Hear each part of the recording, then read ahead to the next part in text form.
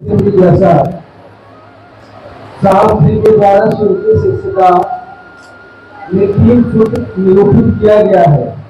क्या ये तीनों सूत्र गुरु शिव के प्रति कृतज्ञता व्यक्त करने का साधन है? अभी जब हम लोग बच्चा जब 10वां में चला जाता है और उससे मास्टर फिर से पूछता है कि पहला क्लास में जो पहाड़ा याद किए थे वो याद है कि नहीं, तो आप देखिएगा कि बहुत बच्चे भूल जाते हैं। भूलते हैं कि नहीं? बहुत बच्चे बोले जाते हैं। हाँ, 5-10 का पहाड़ा पढ़ते पढ़ते भूल जाते हैं, याद करके रखते हैं। 10वां में चले गए हैं। क्यों ऐसा हुआ? क्योंकि फेरा नहीं गया है।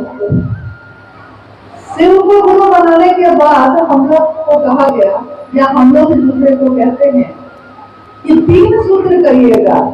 कहते हैं ये 3 सूत्र क्या है? क्योंकि अगर किसी भी चीज को हम ठीक से समझेंगे नहीं तो फिर उस बात को करने से कोई फायदा नहीं होगा। मशीन की तरह किसी काम को करने से उसका वो रिजल्ट, वो परिणाम नहीं आता है जो आना चाहिए। क्योंकि हम लोग ये कहते हैं कि हम लोग सालों साल से महादेव को गुरु बना के चल रहे हैं, लेकिन हमको दया नहीं हुई महादेव की। कहते हैं ना, हम में से कुछ लोग कहते हैं दया नहीं हुआ भाई, 8 साल हो गया। दया का मतलब वो लोग क्या समझते हैं कि बच्चा नहीं हुआ तो दया नहीं हुई, पति को नौकरी नहीं मिली तो दया नहीं हुई, यही समझते हैं ना। लेकिन पहला सूत्र, तीनों सूत्र जो हम लोग को मिला है, ये साहब के जीवन में जो घटनाएं हुई हैं उन घटनाओं का निचोड़ है ये तीनों सूत्र। पहले बार उनको मिला था नमः शिवाय, लेकिन आप देखिएगा कि तीनों सूत्र में तीसरे सूत्र पे है नमः शिवाय, मतलब प्रणाम करने के लिए। क्योंकि साहब वैद्यानंद जी ने अपने जीवन में देखा कि किसी शास्त्र मंत्र, किसी मंत्रों का जब कोई साधना आराधना, किसी चीज की जरूरत नहीं होती है, मात्र एक ही चीज की जरूरत होती है, शिव की दया।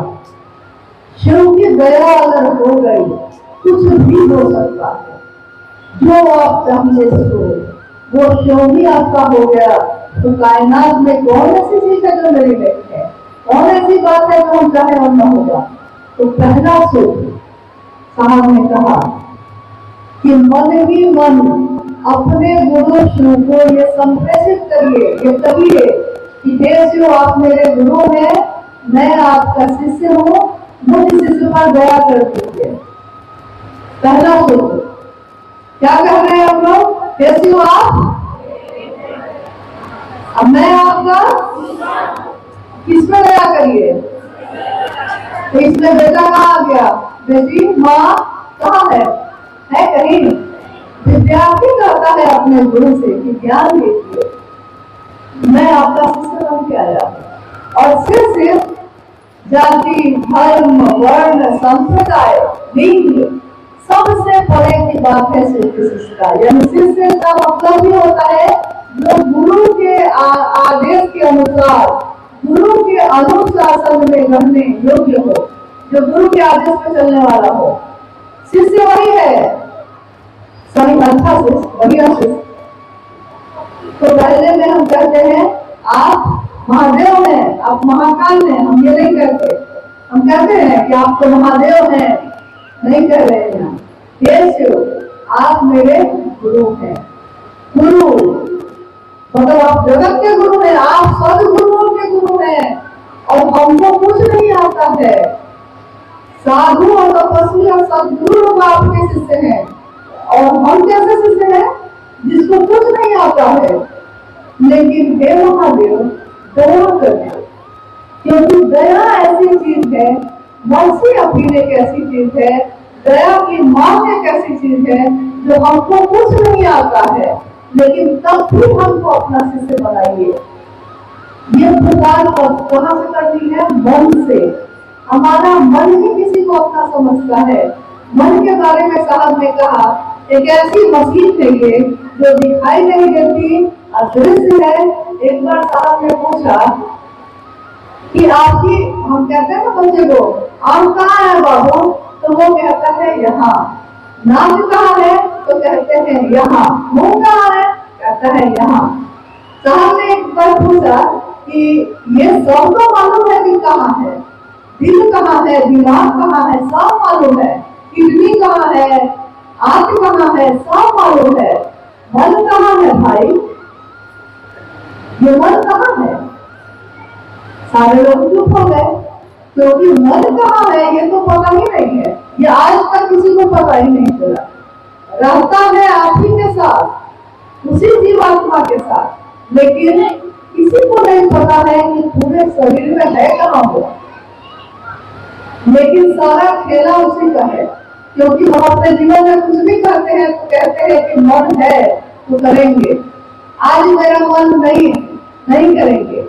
आज मेरा मन ये खाने को है, आज मेरा मन ये खाने को नहीं है तो हम नहीं खाएंगे, कहते हैं ना। यानी आपको नहीं, आपके मन को नहीं अच्छा लग रहा है ये। साहब ने कहा यही अदृश्य मशीन जो दिखाई नहीं दे रही है, लेकिन ये मशीन क्या करती है, हमारे साथ, हमारे शरीर में, जीवात्मा में जो विचार पैदा होते हैं हर क्षण, मतलब आप चुपचाप बैठे रहिएगा शरीर से, लेकिन आपका दिमाग में बैठा रहता है, उसमें पैदा होती रहती है बात। तो उन्होंने कहा कि विचार पैदा करने की मशीन है, और विचार जो मेरे गुरु हैं ये भी एक विचार है। पैदा दिमाग में होता है विचार, लेकिन जाता है ये रास्ता दिल तक, क्योंकि तब विचार भी अगर बार बार ये करते रहे हम, किसी आप मेरे हैं मैं आपका हूँ, मुझ पे दया करिए, तो एक दिन हमारा मन ही उसको पकड़ लेता है। जैसे साहब से किसी ने पूछा कि साहब महादेव हमको कैसे पकड़ेंगे, तो साहब ने कहा कि मैं पान खाता हूँ, देखते हो ना, पहले मैं पान नहीं खाता था, लेकिन जब शादी हुई ससुराल गया तो राज परिवार का घर था।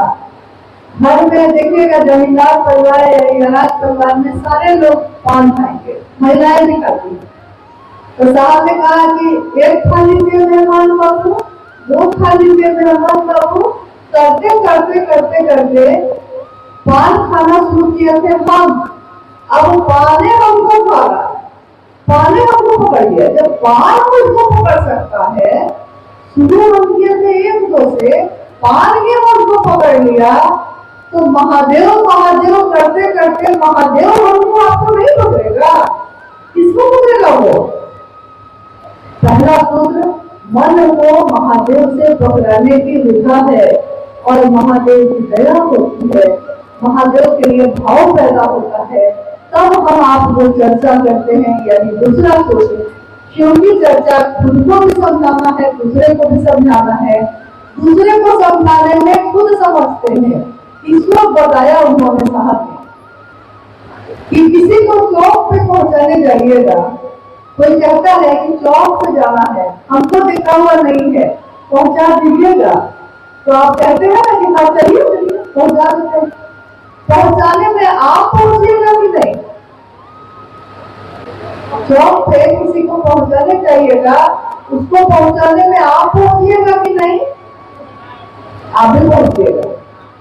दूसरा सोच, यानी स्वयं को भी सुनाना है, दूसरे से कह रहे हैं आप शिव को गुरु मानिए ना भैया, दीदी मानिए ना, कह रहे हैं दूसरे से, लेकिन मेरा मन भी उस बात के साथ चल रहा है। तो आपके साथ साथ हम भी चल रहे हैं कि नहीं? महादेव की तरफ चल रहे हैं।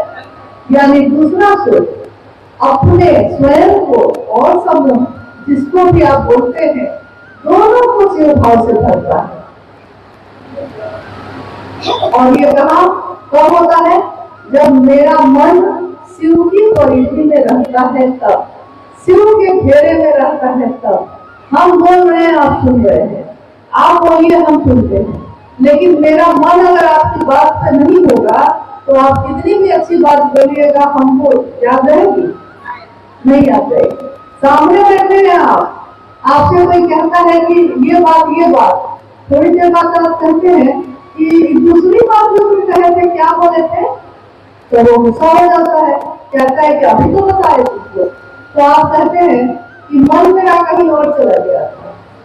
यानी शिव की चर्चा में आपका मन अगर महादेव के घेरे में नहीं है तो न तो चर्चा हो सकेगी, न तो चर्चा सुन सकिएगा, दोनों नहीं हो पाएगा। यहाँ भी मन है। तीसरे सूत्र में प्रणाम करने की विधा है, प्रणाम भी हमारा आपका मन करता है। और मन अगर प्रणाम की स्थिति में नहीं है तो हाथ जोड़ के प्रणाम करने से या पांव छू के प्रणाम करने से प्रणाम नहीं होता है। ये औपचारिकता होती है, ये शिष्टाचार होता है। लेकिन प्रणाम हमारा आपका मन करता है। किसी के लिए आदर, किसी के लिए सम्मान और श्रद्धा हमारा मन रखता है। तो हम उस मन को, ये तीनों क्रिया मन पे हो रहा है, देखिए ध्यान दीजिएगा इस बात पे। लेकिन हम लोग क्या कर रहे हैं, माला पकड़ के बैठे हैं तो माला पे क्या है, दाना इधर तो नहीं हो गया, दाना उधर तो नहीं हो गया। सांस लेने बैठे हैं, सामान्य अब बैठे हैं, अब दाहिने बैठे कि बाएं बैठे, ये सोचते हैं। पूरा बैठे कि पश्चिम, आंचल से ढक के करें कि चादर से ढक ले, नहीं, करना था प्रणाम और करने लगे प्रक्रिया। मतलब प्रणाम मन से होगा। सो के भी आप कर सकते हैं, लेटे लेटे भी कर सकते हैं। प्रणाम आपका मन करेगा, आपके शरीर का कोई अंग नहीं, आप हमारे साधन नहीं, हमारा मन करेगा। चर्चा भी महादेव का हमारा मन भी करेगा, मन दया भी महादेव से हमारा मन भी मांगेगा। तो जब तीसरा तीनों सूत्र अगर मुख्य उद्देश्य हम भूल जाएंगे तो पता चलेगा कि सब काम कर रहे हैं, लेकिन किस लिए कर रहे हैं ये मालूम है, ये पता ही नहीं है। खाना बना दिए हैं लेकिन खिलाना किसको है ये मालूम ही नहीं है। तो खाना बनाएगी क्यों थे? तीन सूत्र कर रहे हैं, लेकिन ये तीनों सूत्र करते करते महादेव के पास पहुंचना था, ये तो भूल ही गए। मंजिल है भगवान शिव स्वयं, वो शिव मंजिल है। ये तीनों सूत्र रास्ता पे चलने के लिए साधन है। साधन जैसे हम कोई गाड़ी पकड़ते हैं, जैसे हम कोई बस या ट्रेन पकड़ते हैं, ऑटो पे बैठते हैं पहुंचने के लिए, साधन है वो पहुंचने के लिए। लेकिन उसी को पकड़ के रहिएगा तो पहुंच भी नहीं पाइएगा, लेकिन उसको पकड़ के मदद ले लीजिएगा तो पहुंच भी जाइएगा। दोनों बातें। चलिए, आज की ये जो संगोष्ठी है इसमें हम लोगों ने जिन जिन बातों पे बात की है, मेरा निवेदन है कि कृपया आप भूलिएगा नहीं। साहब और दीदी माँ को हमेशा याद रखिएगा। आप लोग जहाँ बैठे हैं वहीं बैठे रहिए, भूलिएगा नहीं। और अभी मैंने कहा कि प्रेम हो जाए तो याद करने के लिए बैठना नहीं पड़ता है, याद रखती ही है वो चीज, लेकिन इसके लिए प्रेम होना भी जरूरी है। महादेव मेरे गुरु हो, सबके हो, और जब तक हम सब मिलकर इस काम को नहीं करेंगे ये बड़ा काम नहीं हो सकेगा। इसलिए एक दूसरे को क्षमा करना भी सीखिए, किसी की गलतियों को क्षमा करिए। हम अपने भाई बहन की गलती को क्षमा करते हैं, हम अपने घर में मेरा भाई बहन कुछ कर दे तो हम क्षमा लेते हैं या नहीं करते हैं। यहाँ भी हम भाई बहन हैं, एक दूसरे को माफ करें, लेकिन अच्छे मन से अपने गुरु का काम करने में सबकी मदद करिए। बैठे रहिएगा, धीरे धीरे निकलिएगा, क्योंकि आप ज्यादा लोग हैं और बाहर निकलने में आपको समय लगेगा। फिर आप लोगों से भेंट होगी। आप सभी के चरणों में प्रणाम।